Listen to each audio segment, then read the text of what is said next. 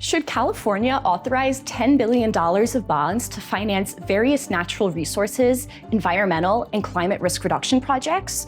Or should voters say no to adding to the state's $78 billion debt?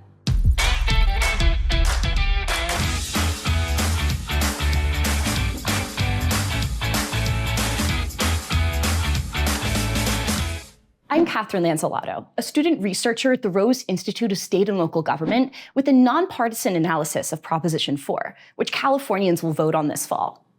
Selling bonds is a way for governments to borrow money. Under Prop 4, $10 billion in borrowed funds would go to state agencies or as grants and loans to local governments, Native American tribes, not-for-profit organizations, and businesses. The money would fund 8 purposes broadly related to the environment. 40% of the bond funds would be used to benefit lower-income communities that are more vulnerable to the impacts of climate change. The proposition also requires regular public reporting of how that money is spent. Supporters argue that Prop 4 would upgrade drinking water treatment, fix crumbling dams and levees, create groundwater storage and recycling plants, and help prevent wildfires and reduce their intensity when they do occur.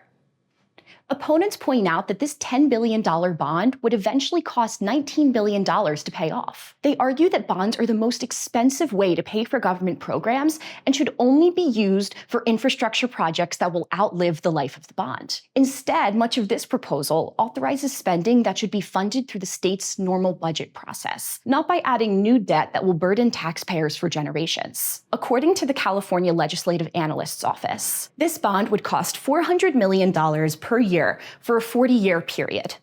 If the state funds replace local money, it is possible that this would result in savings to local governments.